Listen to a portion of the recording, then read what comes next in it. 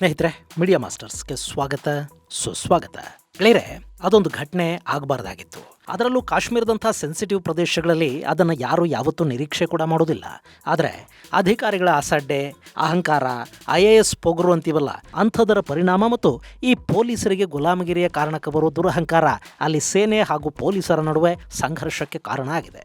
ಸೇನೆಯ ಅಧಿಕಾರಿಗಳು ಸುಮಾರು 40 ಮಂದಿ ಸೇನಾ ಸಿಬ್ಬಂದಿಯ ಜೊತೆ ಬಂದು ನಮ್ಮ ಪೊಲೀಸ್ ಸ್ಟೇಷನ್ ಮೇಲೆ ದಾಳಿ ಮಾಡಿ SHOಗೆ ಹೊಡೆದು ನಮ್ಮ ಬಟ್ಟೆಗಳನ್ನು ಹರಿದು ಸ್ಟೇಷನ್ನಲ್ಲಿದ್ದ ಸರ್ಕಾರಿ ಸಾಮಗ್ರಿಗಳನ್ನು ನಾಶ ಮಾಡಿ ಹೋದ್ರು ಅಂತ ರಾಷ್ಟ್ರೀಯ ರೈಫಲ್ ಪಡೆಯ ಯೋಧರ ವಿರುದ್ಧ ಒಂದು FIR ಕಾಶ್ಮೀರದ ಕಿಶ್ತ್ವಾರದಲ್ಲಿ ದಾಖಲಾಗಿದೆ. ಹಾಗಾದ್ರಲ್ಲಿ ನಿಜಕ್ಕೂ ಆಗಿದ್ದೇನು? ಸೇನಾಪಡೆ ಎಲ್ಲಾ ಬಿಟ್ಟು ಈ ಪೊಲೀಸ್ ಠಾಣೆ ಮೇಲೆ ಯಾಕೆ ದಾಳಿ ಮಾಡ್ತು? ಕಾಶ್ಮೀರದಲ್ಲಿ ಕಾರ್ಯಾಚರಣೆಗಳ ಸಂದರ್ಭದಲ್ಲಿ ಪೊಲೀಸರು ಹಾಗೂ ರಾಷ್ಟ್ರೀಯ ರೈಫಲ್ಸ್ ಎಷ್ಟೋ ಸಂದರ್ಭಗಳಲ್ಲಿ ಒಟ್ಟೊಟ್ಟಿಗೆ ಕೆಲಸ ಮಾಡಬೇಕಾಗಿ ಬರುತ್ತೆ. ಇಷ್ಟಾದ್ರೂ ಸೇನಾ ಯೋಧರು ಸೀದಾ ಪೊಲೀಸ್ ಸ್ಟೇಷನ್ಗೆ ನುಗ್ಗಬೇಕಾದ ಪರಿಸ್ಥಿತಿ ಅಲ್ಲಿ ಏನು ಬಂತು? ಬನ್ನಿ ನೋಡೋಣ.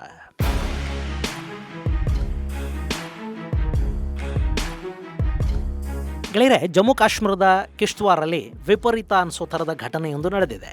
ಅದರ ಪರಿಣಾಮ ಅಲ್ಲಿನ ಪೊಲೀಸರು ಮೇಜರ್ ವಿಕಾಸ್ ಶರ್ಮಾ, ಕರ್ನಲ್ ಅರುಣ್ ಗಾಂಧಿ, ನಾಯಬ್ ಸುಬೇದಾರ್ ಶಂಕರ್ ಗೋರ್ಖೆ ಸೇರಿದಂತೆ ಒಟ್ಟು 40 ಮಂದಿ ಸೇನಾ ಸಿಬ್ಬಂದಿಯ ಮೇಲೆ FIR ಅನ್ನು ದಾಖಲು ಮಾಡಿದ್ದಾರೆ.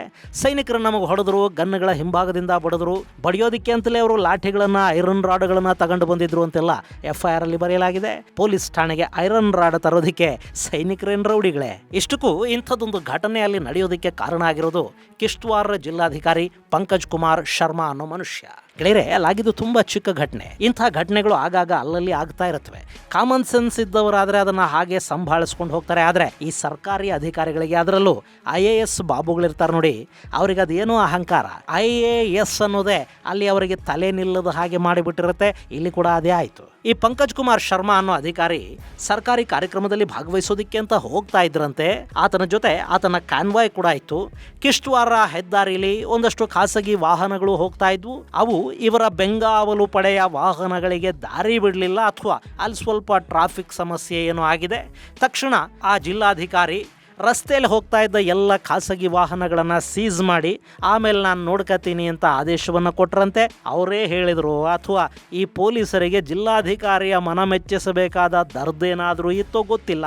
ಯಾಕೆಂದರೆ ಪೊಲೀಸರ ಗುಲಾಮಗಿರಿಯ ಮಟ್ಟ ಹಾಗೇ ಇರುತ್ತೆ. ಅವರು ಅಮಾಯಕರು ಸಿಕ್ಕರೆ ದರ್ಪ ತೋರಿಸ್ತಾರೆ, ಅವ್ರ ಮೇಲೆ ಲಾಠಿಗಳನ್ನು, ಬಂದೂಕುಗಳನ್ನು ಎತ್ತುತ್ತಾರೆ.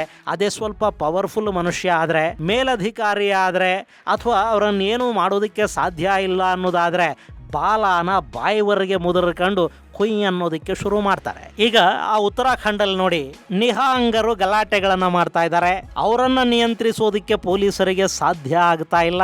ಅಲ್ಲಿ ಇವರು ಬಾಲ ಮುದುರುಕೊಂಡಿದ್ದಾರೆ. ಆದರೆ ಕಾಶ್ಮೀರದಲ್ಲಿ ಜಿಲ್ಲಾಧಿಕಾರಿಯ ಮನ ಮೆಚ್ಚಿಸೋದಿಕ್ಕೆ ಹೋಗಿ ಸೈನಿಕರ ಕೈಲಿ ಒದೆ ಕೂಡ ತಿಂದಿದ್ದಾರೆ.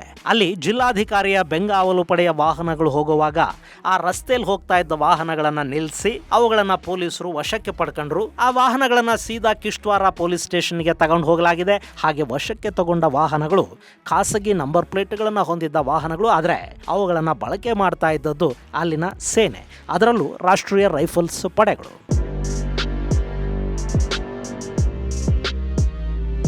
ಗೆಳೆಯರೆ, ಕಾಶ್ಮೀರದಲ್ಲಿ ವಿಶೇಷ ಕಾರ್ಯಾಚರಣೆಗಳನ್ನು ಮಾಡೋದು ರಾಷ್ಟ್ರೀಯ ರೈಫಲ್ಸ್ ಪಡೆ.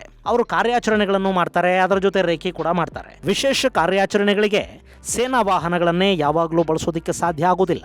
ಈ ಪೊಲೀಸರ ಥರ ಸೈರನ್ ಹಾಕೊಂಡು ಹೋದ್ರೆ ಉಗ್ರರು ಅಲರ್ಟ್ ಆಗ್ತಾರೆ, ಅಲ್ಲಿಂದ ತಪ್ಪಿಸ್ಕೊಳ್ಳೋ ಸಾಧ್ಯತೆ ಇರುತ್ತೆ, ಅಥವಾ ಅವರೇ ಮೊದಲು ಇವರ ಮೇಲೆ ದಾಳಿ ಮಾಡೋ ಅವಕಾಶಗಳು ಕೂಡ ಇರುತ್ತವೆ. ಹಾಗೆ ಸರ್ಕಾರಿ ವಾಹನಗಳಲ್ಲೇ ಓಡಾಡಿದ್ರೆ ಭಯೋತ್ಪಾದಕರಿಗೆ ಮಾಹಿತಿ ಗೊತ್ತಾಗುತ್ತೆ.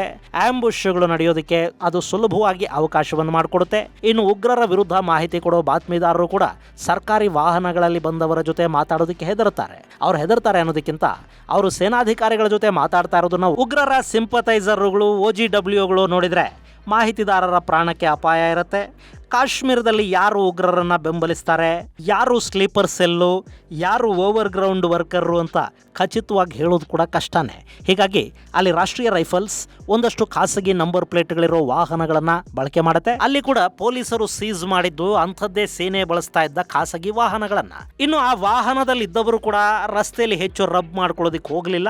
ಪೊಲೀಸ್ ಏನು, ಸೇನೆ ಏನು, ಇಬ್ರು ದೇಶಕ್ಕಾಗಿನೇ ಕೆಲಸ ಮಾಡೋದು. ಸರಿ, ನಮ್ಮ ವಾಹನಗಳನ್ನ ತಗೊಂಡು ಹೋಗಿ ಅಂತ ತುಂಬಾ ಮೆಚ್ಯೂರ್ಡ್ ಆಗಿ ಆಗಿ ಆ ಯೋಧರು ವರ್ತಿಸಿದ್ರು.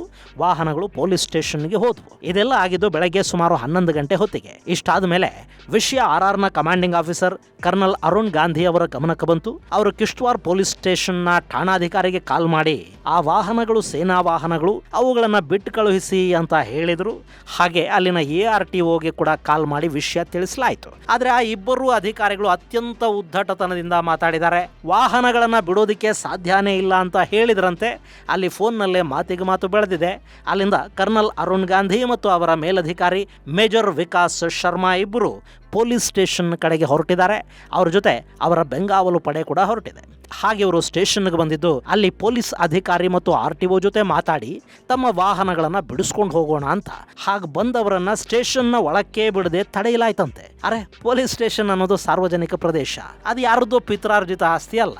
ಅಲ್ಲಿಗೆ ಮಾತಾಡೋದಕ್ಕೆ ಯಾರಾದರೂ ಬಂದರೆ ಅವರನ್ನು ಯಾಕೆ ತಡಿಬೇಕು? ಗೆಳೆಯರೆ, ನೀವು ಯಾವುದೇ ಪೊಲೀಸ್ ಸ್ಟೇಷನ್ಗೆ ಹೋಗಿ ನೋಡಿ, ಅಲ್ಲೊಬ್ಬ ಸೆಂಟ್ರಿ ಅಂತ ನಿಂತಿರ್ತಾನೆ. ಕೈಯಲ್ಲೊಂದು 303 ಬಂದೂಕ್ ಹಿಡ್ಕೊಂಡು ಪಾಪ ಅವನದು ಯಾಕಲ್ಲಿ ನಿಂತಿರ್ತಾನೆ, ಅವನ ಅಗತ್ಯ ಏನು ಅಂತ ಇವತ್ತಿಗೂ ನನಗಂತೂ ಗೊತ್ತಾಗಿಲ್ಲ. ಬ್ರಿಟಿಷರ ಕಾಲದಲ್ಲದು ಬೇಕಿತ್ತೇನೋ, ಯಾಕೆಂದ್ರೆ ಸ್ವಾತಂತ್ರ್ಯ ಹೋರಾಟಗಾರರು ಪೊಲೀಸ್ ಠಾಣೆಗಳ ಮೇಲೆ ದಾಳಿ ಮಾಡ್ತಾ ಇದ್ರು. ಹೀಗಾಗಿ ಅಲ್ಲಿ ಕಾವಲಿಗೊಬ್ಬನನ್ನ ಬಂದೂಕ್ ಕೊಟ್ಟು ನಿಲ್ಲಿಸ್ತಾ ಇದ್ರು. ಇನ್ನು ನಕ್ಸಲ್ ಸಮಸ್ಯೆ ಇದ್ದ ಏರಿಯಾಗಳಲ್ಲಿ ಕೂಡ ಠಾಣೆಗಳ ಮೇಲೆ ದಾಳಿಗಳಾಗ್ತಾ ಇದ್ವು. ಅವತ್ತು ಅದರ ಅಗತ್ಯ ಇತ್ತು. ಆದ್ರೆ ಇವತ್ತೇನಿದೆ, ನಾನು ಕಾಶ್ಮೀರದ ಬಗ್ಗೆ ಹೇಳ್ತಾ ಇಲ್ಲ, ಅಲ್ಲೇನೋ ಟೆರರಿಸ್ಟ್ಗಳು ದಾಳಿ ಮಾಡ್ತಾರೆ ಅಂತ ನೀವು ಯಾರನ್ನೋ ಒಬ್ಬನ ನಿಲ್ಲಿಸ್ಕೊಳ್ಳಿ. ಆದ್ರೆ ನಮ್ಮ ಬೆಂಗಳೂರಲ್ಲಿ ನೋಡಿ, ಕರ್ನಾಟಕದ ಬೇರೆ ಯಾವುದೇ ಪೊಲೀಸ್ ಸ್ಟೇಷನ್ಗೆ ಬೇಕಾದ್ರೂ ಹೋಗಿ ನೋಡಿ, ಅಲ್ಲೊಬ್ಬ ಸೆಂಟ್ರಿ ಬಾಗ್ಲಲ್ಲಿ ನಿಂತಿರ್ತಾನೆ. ಅವನ ಕೆಲಸ ಏನು?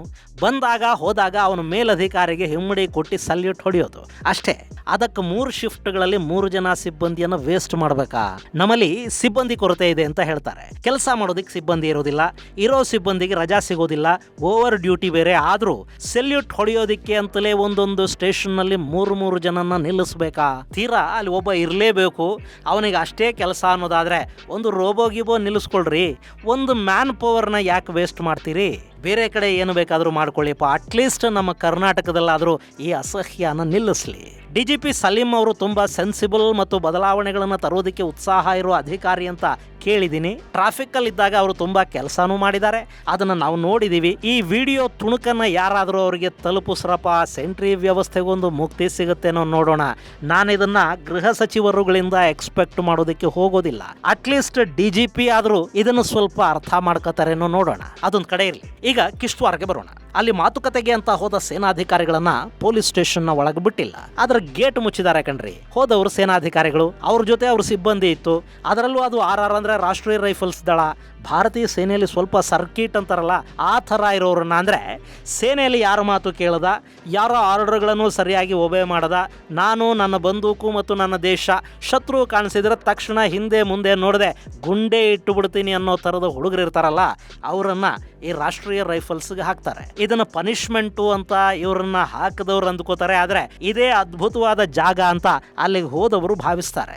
ತುಂಬಾ ಬಿಸಿ ರಕ್ತದ ಹುಡುಗರಿರೋ ಪಡೆ ಅದು. ಕಾಶ್ಮೀರವನ್ನ ಸ್ಯಾನಿಟೈಸ್ ಮಾಡ್ತಾ ಇರೋದೇ ಈ ರಾಷ್ಟ್ರೀಯ ರೈಫಲ್ಸ್ ಪಡೆಗಳು. ಇನ್ನು ಪೊಲೀಸ್ ಸ್ಟೇಷನ್ಗೆ ಹೋಗಿದ್ದವರು ಕೂಡ ಇದೇ RR ಪಡೆಯ ಯೋಧರು. ಸರಿ, ಗೇಟ್ ಹಾಕ್ತೀರಾ ಅಂತ ಅಂದ್ರು. ಆ ಗೇಟ್ ಅನ್ನು ಮುರ್ಕೊಂಡು ಇವ್ರು ಒಳಗೆ ನುಗ್ಗಿದ್ರು. ಅವ್ರು ಹಾಗೆ ಬರ್ತಿರೋದನ್ನ ನೋಡಿ ಪೊಲೀಸ್ ಪೇದೆಯೊಬ್ಬ ಬಂದೂಕು ಗುರಿ ಇಟ್ನಂತೆ.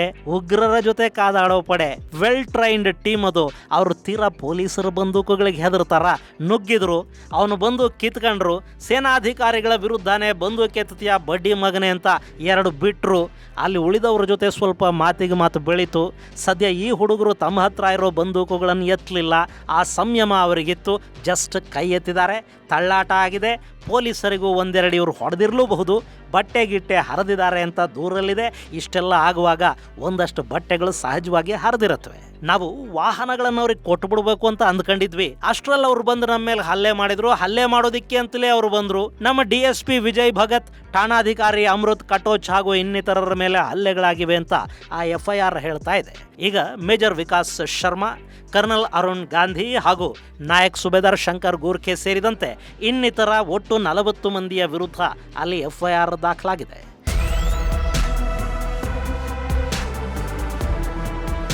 ಗೆಳೆಯರೆ, ಇದು ನಿಜಕ್ಕೂ ಅನಪೇಕ್ಷಿತ ಘಟನೆ. ಇನ್ನು ಈ ಬಗ್ಗೆ ನಾವು ತನಿಖೆ ನಡೆಸ್ತೀವಿ ಅಂತ ಸೇನೆಯ ಹಿರಿಯ ಅಧಿಕಾರಿಗಳು ಹೇಳಿದ್ದಾರೆ. ಅವರು ತನಿಖೆಯನ್ನು ಮಾಡಲಿ. ಹಾಗೆ ಆ ಜಿಲ್ಲಾಧಿಕಾರಿ ಹಾಗೂ ಪೊಲೀಸರ ವರ್ತನೆಯ ಬಗ್ಗೆ ಕೂಡ ಒಂದು ತನಿಖೆ ಆಗಲಿ, ಅದು ಸ್ವತಂತ್ರ ತನಿಖೆ ಆಗಿರಲಿ. ಈ ಹಿಂದೆ ಅಂದರೆ 2024ರಲ್ಲಿ ಕುಪ್ವಾರಾದಲ್ಲಿ ಕೂಡ ಇಂಥದ್ದೇ ಘಟನೆ ಆಗಿತ್ತು. 3 ಸೇನಾಧಿಕಾರಿಗಳು ಮತ್ತು 13 ಯೋಧರ ವಿರುದ್ಧ ಹತ್ಯಾಯತ್ನದ ಆರೋಪವನ್ನು ಹೊರಿಸಿ ಕುಪ್ವಾರಾ ಪೊಲೀಸರು FIR ದಾಖಲು ಮಾಡಿದರು. ಇಂಥ ಘಟನೆಗಳು ಸೇನೆಯ ಆತ್ಮಸ್ಥೈರ್ಯವನ್ನು ಕುಸಿಯೋ ಹಾಗೆ ಮಾಡುತ್ತವೆ. ಅವರಲ್ಲಿ ಸ್ವತಂತ್ರವಾಗಿ ಕೆಲಸ ಮಾಡೋದಕ್ಕೆ ಸಾಧ್ಯ ಆದ್ರೇ ಜಿಲ್ಲಾಧಿಕಾರಿ ಅವ್ರ ಹೆಂಡತಿ ಮಕ್ಕಳು ರಾತ್ರಿ ನೆಮ್ಮದಿಯಾಗಿ ನಿದ್ದೆ ಮಾಡೋದಕ್ಕಾಗೋದು. ಕಾಶ್ಮೀರದಂಥ ಕಡೆಗಳಲ್ಲೊಬ್ಬ ಜಿಲ್ಲಾಧಿಕಾರಿಯ ಸರ್ಕಾರಿ ಕಾರ್ಯಕ್ರಮಕ್ಕಿಂತ ರಾಷ್ಟ್ರೀಯ ರೈಫಲ್ಸ್ನ ಕೆಲಸ ಅತ್ಯಂತ ತುರ್ತಿನದ್ದು ಮತ್ತು ಅಗತ್ಯದ್ದು ಆಗಿರುತ್ತೆ. ಸೊ ಇಂಥ ಘಟನೆಗಳು ಮರುಕಳಿಸದ ಹಾಗೆ ನೋಡ್ಕೋಬೇಕು. ಈ ಪ್ರಕರಣದ ಬಗ್ಗೆ ಕೇಂದ್ರ ಗೃಹ ಸಚಿವಾಲಯ ಒಂದು ಸಮಗ್ರ ತನಿಖೆಯನ್ನು ಕೂಡ ನಡೆಸಲಿ. ಇದು ಗೆಳೆಯರೆ, ಕಾಶ್ಮೀರದಲ್ಲಿ ನಡೆದ ಸೈನಿಕರು ಹಾಗೂ ಪೊಲೀಸರ ನಡುವಿನ ಸಂಘರ್ಷದ ಕುರಿತಾದ ಒಂದಷ್ಟು ಮಾಹಿತಿ. ಮುಂದಿನ ಸಂಚಿಕೆಯಲ್ಲಿ ಮತ್ತಷ್ಟು ವಿಶೇಷಗಳ ಜೊತೆ ಮತ್ತೆ ಭೇಟಿಯಾಗೋಣ. ಅಲ್ಲಿವರೆಗೆ ಜೈ ಹಿಂದ್, ಜೈ ಕರ್ನಾಟಕ.